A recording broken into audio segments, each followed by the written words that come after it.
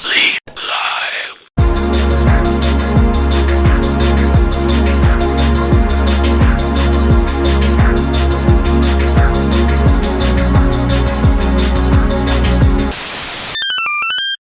The internet has opened up Pandora's box when it comes to creativity in the horror space, whether it be indie games being constantly pumped out onto the market, or the independent filmmakers getting signed on by large studios thanks to their awesome work on films that gain traction and are able to get kickstarted online thanks to YouTube or various different means and websites. One of the ways independent horror creators have interacted with the online scene is through the medium of ARGs, which is an ever-growing scene that has had a lot of new and innovative people come in thanks to its kind of fresh and unique take on interacting with its own audience. Much like video games, people are able to interact with this kind of horror in a way that feels a lot more immersive and more like they're going down a rabbit hole and kind of feeling like they're in the action rather than just watching someone on the big screen get chased down by something. With this kind of interactivity and cross appeal between online people and this kind of interactivity from like video games, of course there would be a lot of crossover with people who worked on stuff like creepypastas and the kind of creepy haunted gaming kind of scene. People love engaging with these kinds of rabbit holes,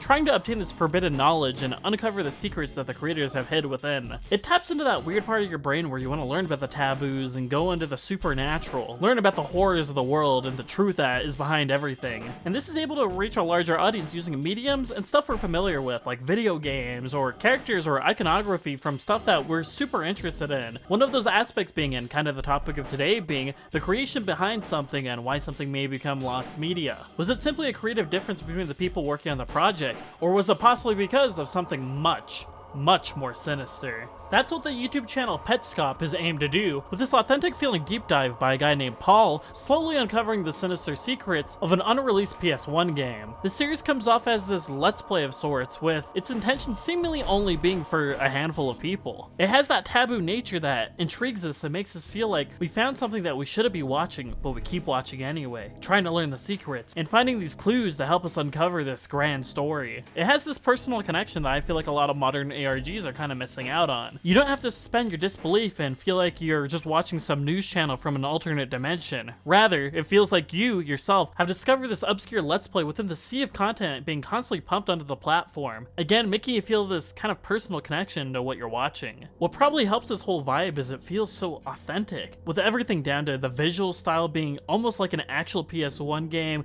with some of the commentary feeling like a genuine, very low effort let's play channel. It's super convincing, especially for something that just seemingly came out of nowhere. I also appreciate how the series takes its time to unravel a lot of the creepy stuff, with it, while at the beginning feeling a little uncanny as it is an unfinished game, slowly unveiling itself to be something more than just a game, something supernatural and horrifying. And again, the commentary from Paul makes it feel all the more authentic, as if he himself is also questioning what the hell is going on. He talks about how he used to play the game as a kid and how it always interested him, and seemingly he's a bit of a master at a lot of the game's mechanics and where the locations of things are, but the game slowly starts to throw curveballs at him and he starts to question reality as he knows it. Dialogue and various other things start to make the game feel as if it's talking to him in particular, giving off this unsettling feeling that's very similar to when you're presenting something and something goes wrong. It's a very familiar sense of discomfort, and it's something I greatly appreciate when it comes to the narration of this entire story. We as the viewer live vicariously through Paul and his experiences playing through this game, and it makes us feel horrified for not just ourselves, but for our reliable narrator, the only sense of comfort we really have in this unknown world of Petscop. But authenticity aside, what is Petscop? What is this game that he's playing in? What's the goal of everything? Well, from what Paul says, it seems that this game is a monster collecting kind of game where you run around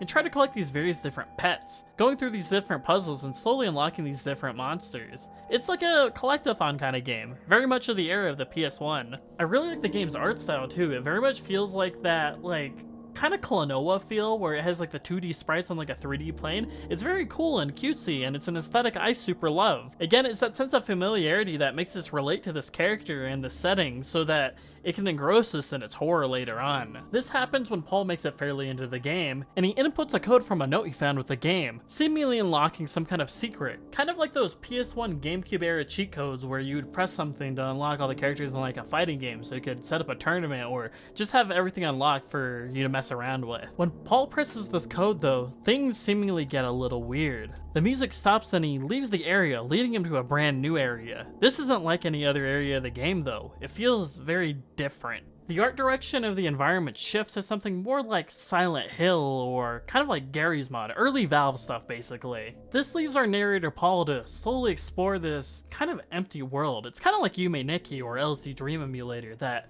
PS1 exploration vibe where it feels uncanny and unsettling, but it isn't overtly horrifying. After a bit of exploring, Paul does a little cut forward and shows us that he found this weird hatch, much like one that would lead to a basement. We're left on a bit of a cliffhanger though, as Paul doesn't know exactly what to do to open up this hatch, and leaves it up to the audience to really figure out how he could possibly get into there. Again, this feels like a genuine reaction someone would have. You'd get stuck in a part of a game, and you wouldn't really know how to progress forward, so maybe someone online would know. This serves as the hook of the series, with the audience being left to wonder what would happen next. How would Paul open the door? What would he find down there? What mysteries could this unknown game possibly have?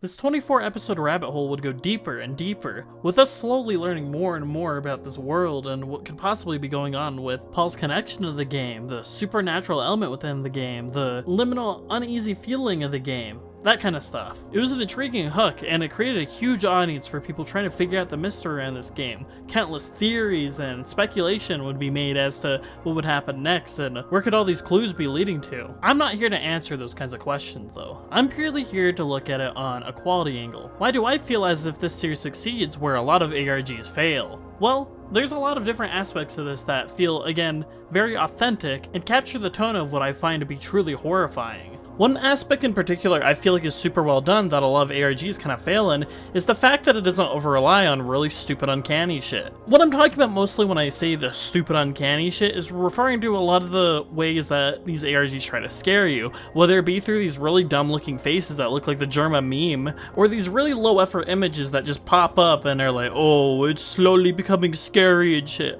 Like, that isn't particularly scary to me. I more relate to that kind of horror when it's done through the lens of me being in the perspective of the person playing the game or watching someone else play. Like, having us have a narrator here through Paul is really nice because we have someone on a human level that we could really connect with and really understand where he's coming from when it comes to the shit that's popping up on the screen. We all relate to that unsettling feeling of playing through a horror game and seeing something really creepy and commentating on it. Again, it makes it more relatable and it makes it something more kind of realistic and something we could see ourselves being put into, making a more scary thing. If you're watching some ARG on a fucking weather channel from another dimension, you're not going to be able to relate to that because you don't have someone that you're, say, watching the channel through. So you don't really have that relatability, nor do you have those stakes to really build up the tension and give that atmosphere of dread and horror. And I know I've been talking about this whole narrator thing a bit, and I know I've kind of gone on and on about it, but it's because it was done so damn well. I think the horror aspect of this whole thing actually kicks in super well when we start to question Paul a little bit. Who is Paul? Does he have some connection to the person that may be haunting this game? Is this game haunted? Who are these names that keep getting brought up throughout the game? Are the people inside the game actual people? Are there souls inside the game?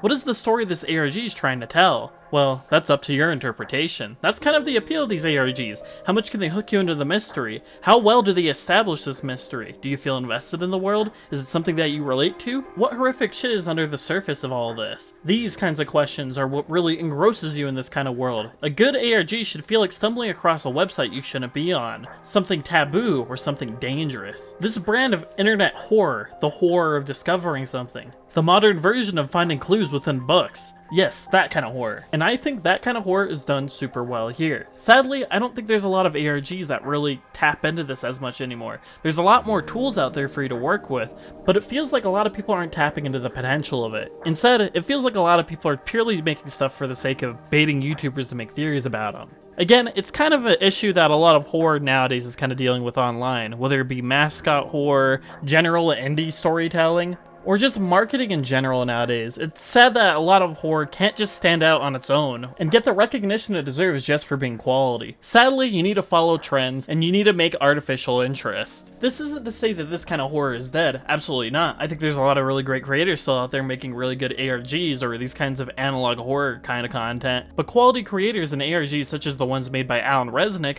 aren't getting nearly the same amount of love as some of the cheap horror that's just reaction bait basically. I'm happy Petscop was able to find a good through line and was able to walk a path where it is both marketable while still retaining the quality of some of those great ARGs from the past. I respect it for the influence and inspiration it gave to creators such as the ones behind the Walton Files, and showed modern audiences that you could create terror without using cheap in-your-face tactics. This truly is what made Petscop modern ARGs done right.